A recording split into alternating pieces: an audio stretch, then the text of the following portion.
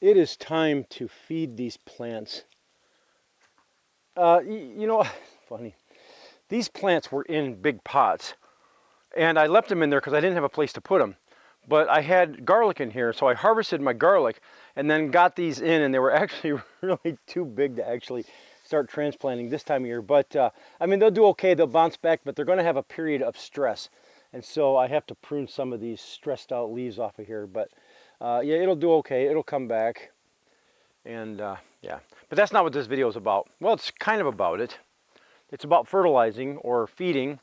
But so in my garden, I have, oh, the hummingbirds are on the, check this out. See if you can see the hummingbirds on the pomegranates.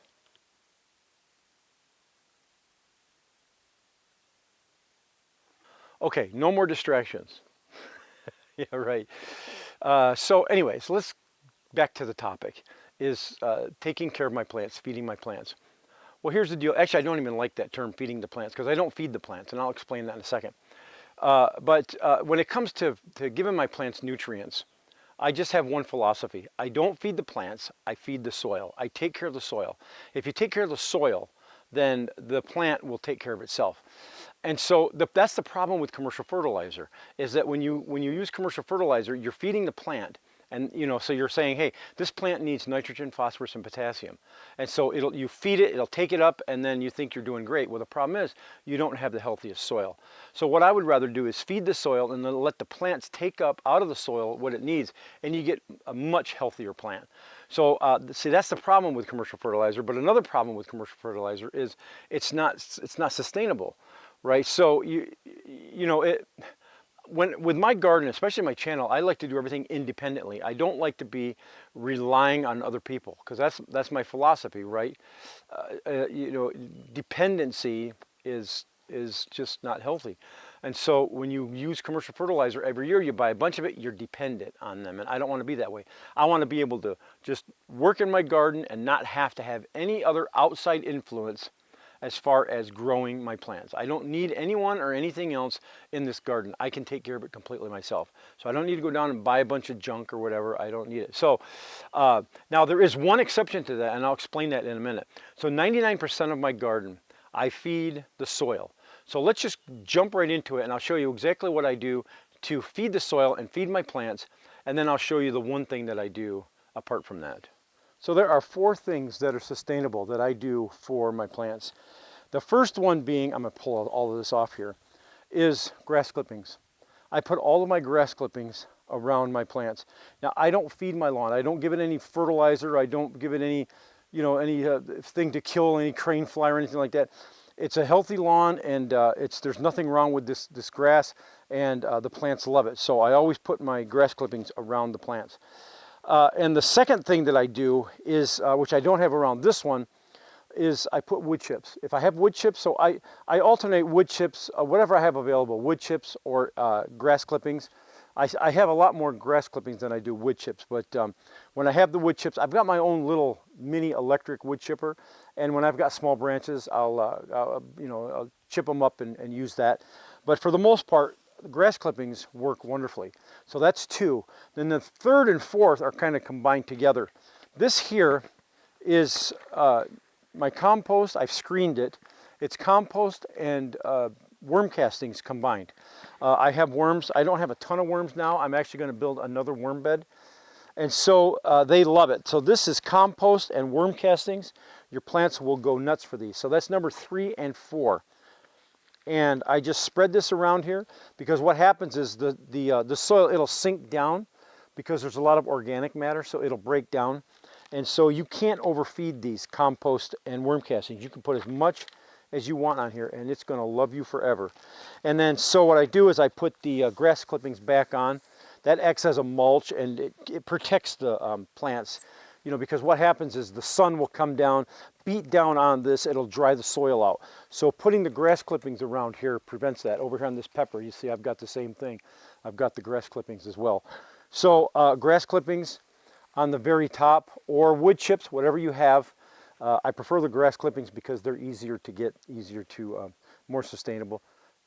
Anyways, so those 4 things, and that's all I do for my plants.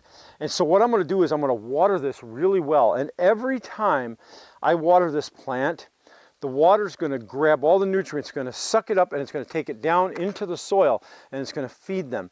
And you know, the funny thing is that when I first started these beds with the compost, I didn't have that many worms in here. But what happened is over time, the worms just came in. And I've got 5 or 6 half-inch holes. They come up through those holes and they come into these beds, these trash cans, and they just love it. So this is a very healthy plant, healthy soil, and this thing's going to grow well. This is a Northern Delight. It won't get much taller. It's only going to get about another foot or so, and it's going to put out cherry tomatoes.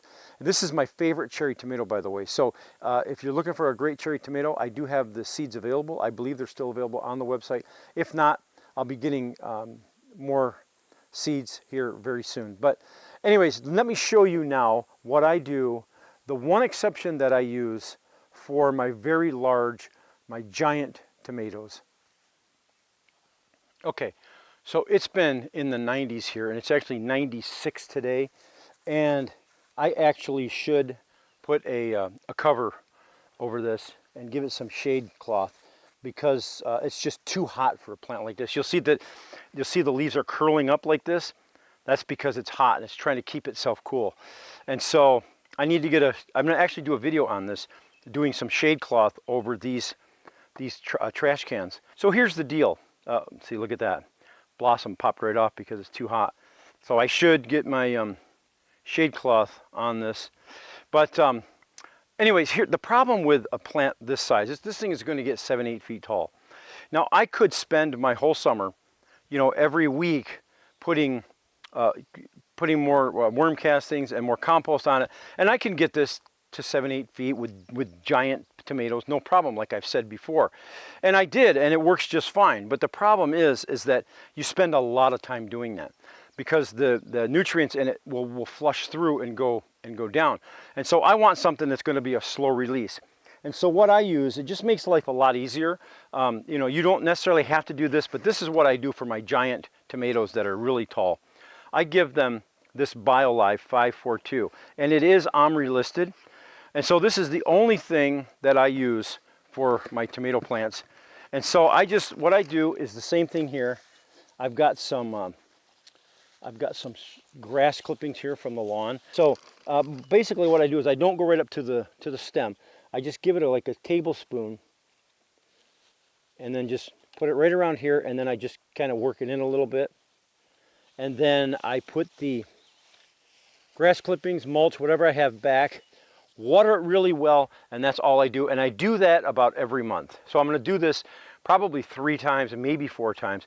I'll take a look at it. If it starts to look a little peaked and starts to look a little stressed, I might give it a little more. But same thing with anything else. You have to be careful when you're using fertilizer, because you can overdo it.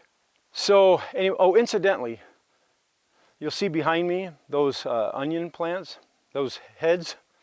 The bees are going crazy on those, and those are the Kelsey onions. So I'm going to have those seeds available again very soon, as soon as they're done with them, and then they go to seed. Yeah, it should be really soon. So, because the heads are formed and the seeds are forming, so keep an eye out for that. That's for all the people that, see, I had the Kelsey onion available 2 years ago, and they sold really well, and then last year they did well.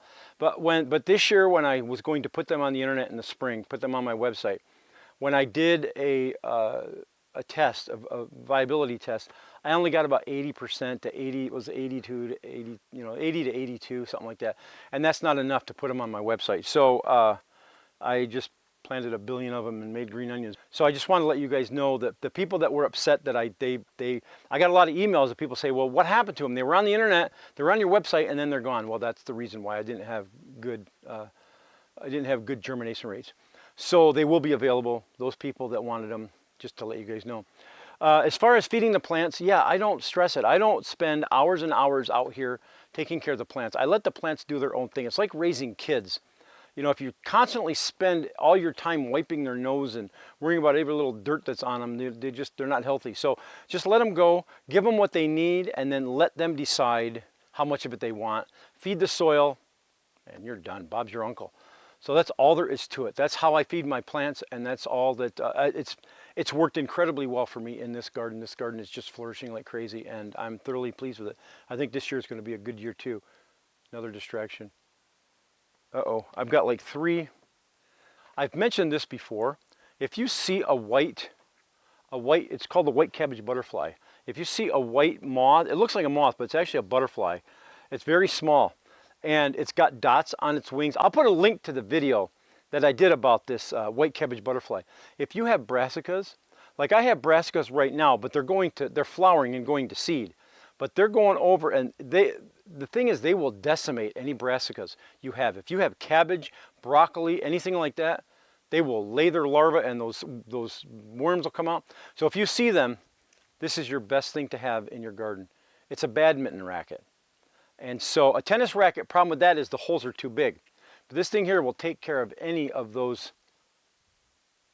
I don't see them. I'll go hunt them down, but I'll put a link to the video below about making sure that you don't have those in your garden, because they will decimate your garden. So badminton racket, they're gone. So anyways, that's all there is, guys. I'll stop talking. Thanks a lot for watching, guys. And don't forget to subscribe. And don't forget to subscribe and hit the bell so you'll get notification when I upload a new video. Okay, I'm going white cabbage butterfly hunting.